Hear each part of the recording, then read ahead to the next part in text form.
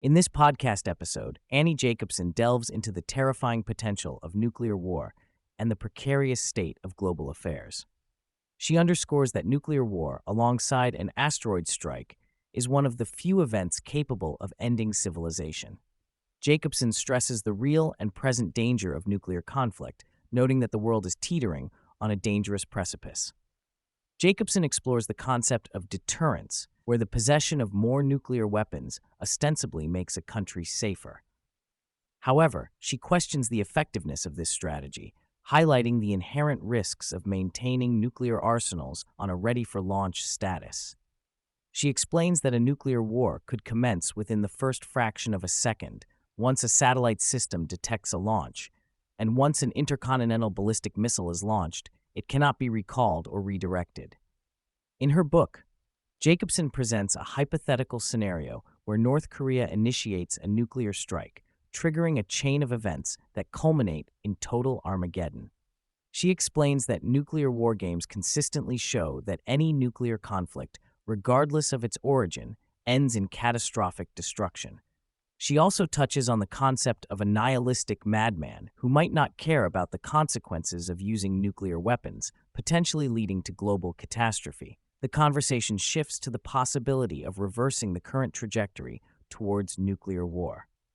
Jacobsen mentions the Reagan reversal, where President Reagan, initially a nuclear supremacist, changed his stance after watching a movie depicting the horrors of nuclear war. This led to a reduction in the number of nuclear warheads globally. She emphasizes the importance of awareness and public pressure in steering towards disarmament and reducing the risk of nuclear conflict. Regarding the current geopolitical situation, Jacobsen expresses concern over the rhetoric of leaders like Putin, who have openly discussed the use of weapons of mass destruction. She stresses the need for de-escalation and reducing tensions to avoid a potential nuclear confrontation.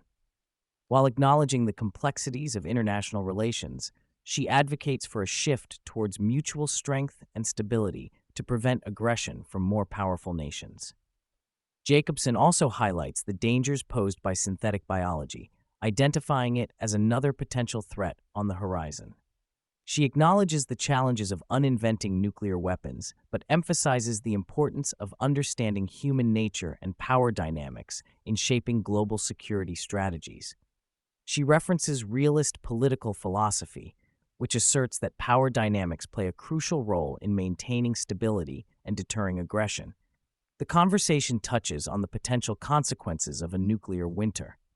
Jacobsen highlights the discovery of Göbekli Tepe, an ancient archaeological site that challenges traditional beliefs about the progression of human civilization. This discovery prompts a thought experiment about how future generations might view our current society if it were to be destroyed by nuclear war. Jacobsen suggests that making the use of nuclear weapons taboo could be a powerful deterrent and a step towards disarmament. She emphasizes the importance of unity among nuclear-armed nations in reducing the threat of nuclear war. The challenges of implementing disarmament, particularly in the face of rogue nations like North Korea, are acknowledged. Jacobsen stresses the importance of working towards gradual reductions and fostering a culture of disarmament. The guest also addresses the idea of developing defense systems like an Iron Dome for nuclear weapons. However, she points out the limitations of current interceptor missile systems and the challenges of effectively countering a large-scale nuclear attack. Jacobsen delves into the concept of humans and machines working together, including brain-computer interfaces and biohybrids, where humans are augmented with technology. She mentions DARPA's interest in a scientist studying the moral molecule, oxytocin, which is linked to trust and bonding.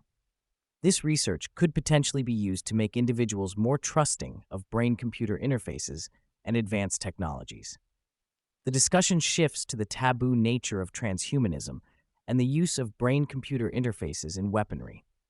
Jacobsen emphasizes the importance of individuals having autonomy and choice in adopting such technologies, stating, "Just don't make me do it." She explores the potential implications of advancements in biometric systems, brain-computer interfaces, and AI in the military and society at large. Jacobsen shares insights into the history of DARPA and its role in developing cutting-edge technologies, such as drones and autonomous systems. She recounts a story about a failed attempt to use a drone to kill Osama bin Laden in the late 90s, highlighting how drones were once considered taboo for extrajudicial killings. The conversation touches on the ethical considerations of using AI and advanced technologies in warfare, emphasizing the need for communication and understanding among nations to prevent conflict. The conversation delves into the mindset of individuals involved in covert operations, such as assassinations. Jacobsen discusses a CIA operative who operated during Eisenhower's presidency when assassination was still legal under Title 50. She explores how these individuals may justify their actions based on a sense of duty to protect their country or eliminate threats. The discussion also touches on the legal framework surrounding covert actions and targeted killings carried out by the CIA. Jacobsen recounts an anecdote about a CIA operative showing her children real guns and a knife, explaining that sometimes quiet operations require such tools. The conversation highlights the complex moral and ethical considerations involved in covert operations and the use of lethal force. She emphasizes the importance of understanding the historical context and legal framework surrounding assassination programs and covert actions conducted by intelligence agencies. Jacobsen reflects on the taboo nature of certain topics, such as killing and assassination, and the different perceptions people have regarding what is acceptable to discuss. She highlights the complexity of human nature and the challenges of navigating sensitive subjects like violence and espionage. She shares anecdotes from her interviews, including a chilling encounter with a man who warned her that they would never speak again once her book was published.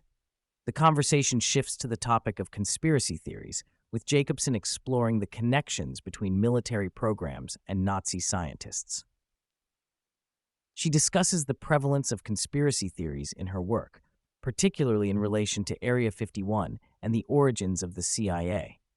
She acknowledges the allure of conspiracy theories and the need to approach them with a critical eye to separate fact from fiction. Jacobsen's approach to reporting on controversial topics involves constructing a narrative that connects various pieces of information to form a coherent story. She emphasizes the need to fill in gaps in the narrative and uncover hidden connections between events and individuals.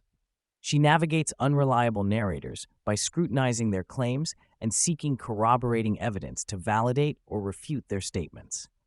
One of the intriguing aspects discussed is the connection between Stalin and the alleged crash in Roswell in 1947. Jacobsen suggests that Stalin may have been interested in using advanced technology to create a sense of fear and hysteria in the United States.